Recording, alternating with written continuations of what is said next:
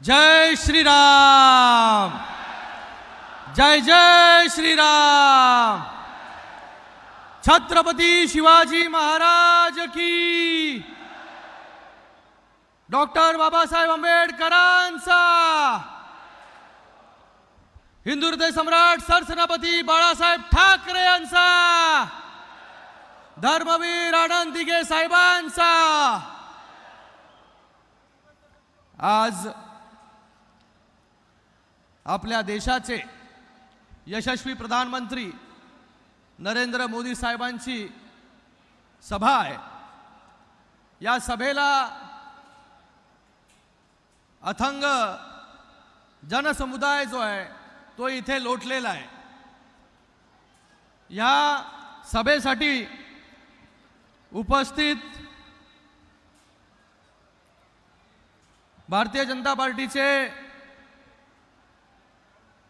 महाराष्ट्र प्रदेश अध्यक्ष चंद्रशेखर बावनकुळे साहेब,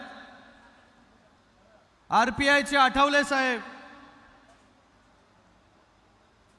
तटकरे साहेब, त्याचबरोबर या भिवंडी लोकसभेचे मंत्री महोदय आणि आता उमेदवार कपिल पाटील साहेब, मंत्री रवींद्र चव्हाण साहेब,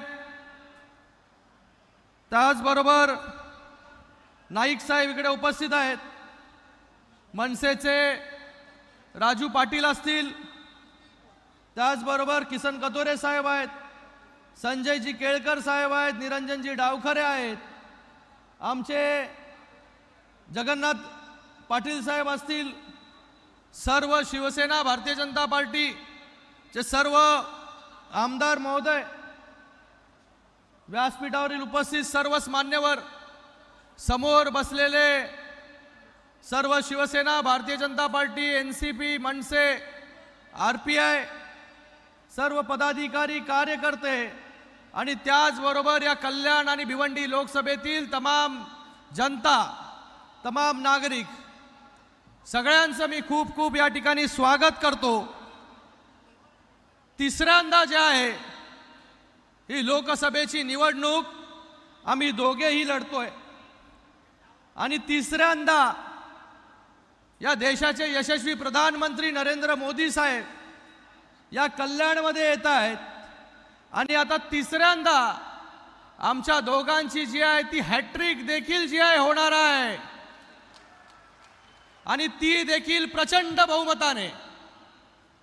गेल्या 10 वर्षामध्ये मोदीजींच्या नेतृत्वाखाली या मतदारसंघामध्ये मोठ्या प्रमाणामध्ये जी आहे ही कामं करू शकलो।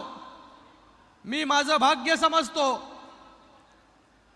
की महायुतीचा उमेदवार म्हणून अवघ्या 27व्या वर्षी ही पहिली निवडणूक लढली आणि आता 10 वर्ष जे आहे पूर्ण झाले आणि या 10 वर्षामध्ये केंद्राचं नेतृत्व माननीय नरेंद्र मोदी साहेबांच्या नेतृत्वाखाली आणि राज्याचं माननीय मुख्यमंत्री एकनाथजी शिंदे साहेब असतील, उपमुख्यमंत्री देवेंद्र फडणवीस साहेब असतील, उपमुख्यमंत्री अजितदादा असतील, यांच्या सगळ्यांच्या नेतृत्वाखाली काम करू शकलो। मोठा निधी जो आहे तो माझ्या मतदारसंघामध्ये आणू शकलो। या कल्याण लोकसभेमध्ये सर्वात महत्त्वाचा प्रश्न म्हणजे दळणवळण व्यवस्थेचा होता। गेल्या 10 वर्षामध्ये रेल्वे असेल, रोडवे असेल, मेट्रो असेल, जलवाहतूक असेल, आरोग्य सुविधा असेल, या सगळ्या गोष्टी ज्या आहे या नरेंद्र मोदी साहेबांच्या नेतृत्वाखाली जे आहे ते मी करू शकलो। फक्त माझ्या कल्याण लोकसभेसाठी जे आहे गेल्या 10 वर्षामध्ये 2000 कोटीपेक्षा जास्त निधी जो आहे हा फक्त रेल्वेमध्ये घेऊन येऊ शकलो। हे त्याचा पूर्णपणे श्रेय जे आहे आणि धन्यवाद मी नरेंद्र मोदी साहेबांना देतो की रेल्वेमध्ये जे 5वी 6वी लाईन फक्त ऐकत होतो आपण, होणार होणार होणार, ती 5वी 6वी लाईन जी आहे ती करण्याचं काम मोदी साहेबांनी केलं। आता 3ऱ्या 4थ्या लाईनचं काम जे आहे सुरू झालेलं आहे। रेल्वे अगोदरची रेल्वे आणि आत्ताची रेल्वे आपल्याला आठवते, अगोदरचे रेल्वे स्टेशन आणि आत्ताचे रेल्वे स्टेशन आपल्याला आठवतात। एवढ्या मोठ्या प्रमाणामध्ये ज्या सर्व्हिसेस आपल्याला मिळाल्या या रेल्वेमध्ये जे आहे हे रोज लाखो लोक प्रवास करतात आणि या लाखो प्रवाशांचा जो आहे हा प्रवास सुखकर झाला पाहिजे हे जाणून घेऊन जे आहे पहिल्या दिवसापासून रेल्वेच्या प्रश्नांना हात घातला आणि आज मनाला खूप समाधान वाटतंय की रेल्वेमध्ये जे आहे हे मोठं काम जे आहे ते मी माझ्या मतदारसंघामध्ये उभं करू शकलो. माझ्या मतदारसंघामध्ये रेल्वेनंतर जे आहे मोठ्या प्रमाणामध्ये रस्त्यांची वाहतूक जी आहे, रस्त्यांनी लोक प्रवास करतात, त्यासाठी हजारो कोटींचा निधी जो आहे राज्य सरकारच्या माध्यमाने UD असेल, MMRD असेल, MSRDC असेल त्याच्यामधून घेऊन येऊ शकलो. कल्याणशील रोड असेल, सिमेंट कॉन्क्रीटचे रस्ते असतील, त्याचबरोबर जे मेट्रो फक्त मुंबईमध्ये बघायला मिळायची आणि नंतर जी ठाण्यामध्ये आली त्याचं स्वप्न मी देखील बघितलं होतं की माझ्या मतदारसंघामध्ये कधी येणार, आणि ती आज मेट्रो जी आहे ती 5,000 कोटीची मेट्रो माझ्या मतदारसंघामध्ये आली आणि त्याचं काम देखील सुरू झालं. हे सर्वच्या सर्व जे आहे हे फक्त आणि फक्त आपल्या NDA सरकारमुळे जे आहे हे पॉसिबल झालं. आज मतदारसंघामध्ये आरोग्य सुविधा,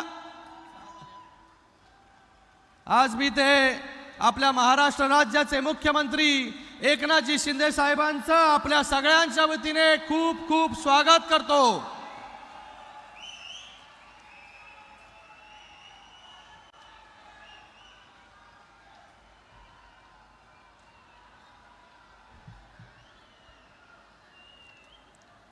तर इतकी सगळी कामं जी आहेत ही गेल्या 10 वर्षामध्ये कमी करू शकलो आणि आज माझी जनता जी आहे, मतदार जे आहे हे खूप समाधानी आहेत की 10 वर्षामध्ये जो आहे हा लांबचा पल्ला जो आहे तो कल्याण मतदारसंघाने गाठला.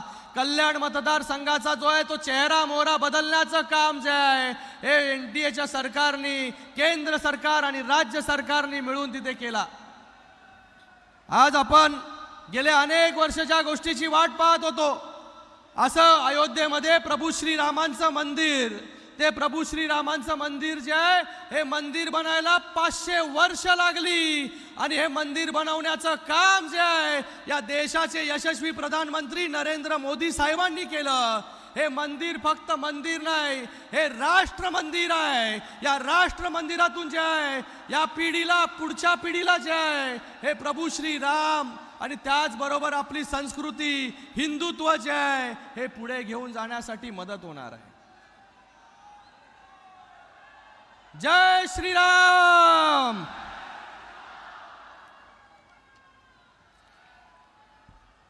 ही देशाची निवडणूक आहे, देशाला दिशा देणारी निवडणूक आहे. पण काही लोक जी आहे ही निवडणूक जी आहे ती गल्लीची समजतात. अभद्र भाषा, रोज उठल्यानंतर शिव्याशाप, तेवढंच जे आहे हे या निवडणुकीमध्ये आपल्याला पाहायला मिळतंय. राजकारणाचा स्तर जो आहे हा खाली घालवण्याचं काम जे आहे हे काही लोकांनी जे आहे केलेलं आहे. पराभव समोर दिसल्यानंतर, जसा पराभव जेव्हा समोर दिसतो तेव्हा माणूस जास्त चलबिचल होतो आणि शिव्याशाप द्यायला लागतो. आज कोण म्हणतंय औरंगजेब, कोण म्हणतंय गाडून टाकणार. मी या सगळ्यांना सांगू इच्छितो की औरंगजेबाच्या तत्वावरती चालणारे हे लोक आहेत आणि 4 जूनला जे आहे हे लोक कोणाला कुठे गाडतील हे तुम्हाला 4 जून सांगेल.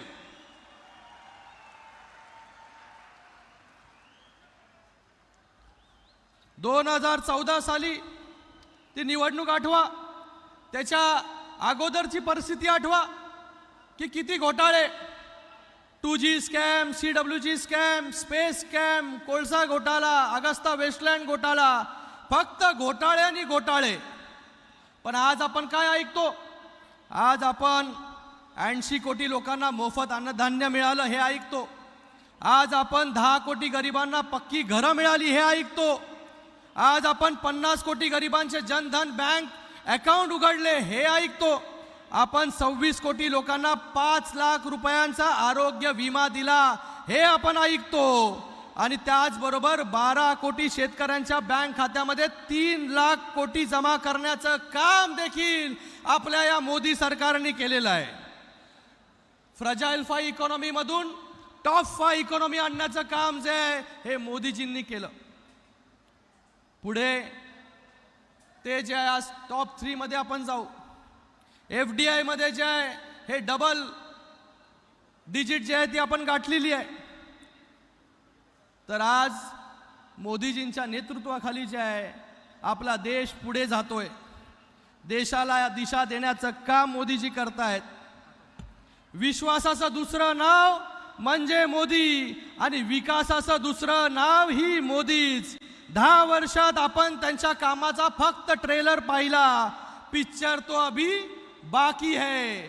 मी सगळ्यांना एवढं सांगेन की येत्या 20 तारखेला कल्याण लोकसभेमध्ये धनुष्यबाणासमोरील बटन दाबून मोठ्या संख्येने आपण मतदान करा आणि त्याचबरोबर भिवंडी लोकसभेमध्ये कमळच्या समोरील बटन दाबून मोठ्या मताधिक्याने जे आहे हे दोन्ही जागा आपण निवडून आणा अशीच विनंती आपल्या सगळ्यांना करतो. जय हिंद, जय महाराष्ट्र. आधुनिक कल्याणला साजेसा उमेदवार, नेतृत्व कर्तबगार, कल्याणमधून पुन्हा एकदा म्हणजे तिसऱ्यांदा माननीय खासदार डॉक्टर श्रीकांत एकनाथराव शिंदेच खासदार. सर्वांनी हात उंचावून एकदा समर्थन दाखवूया.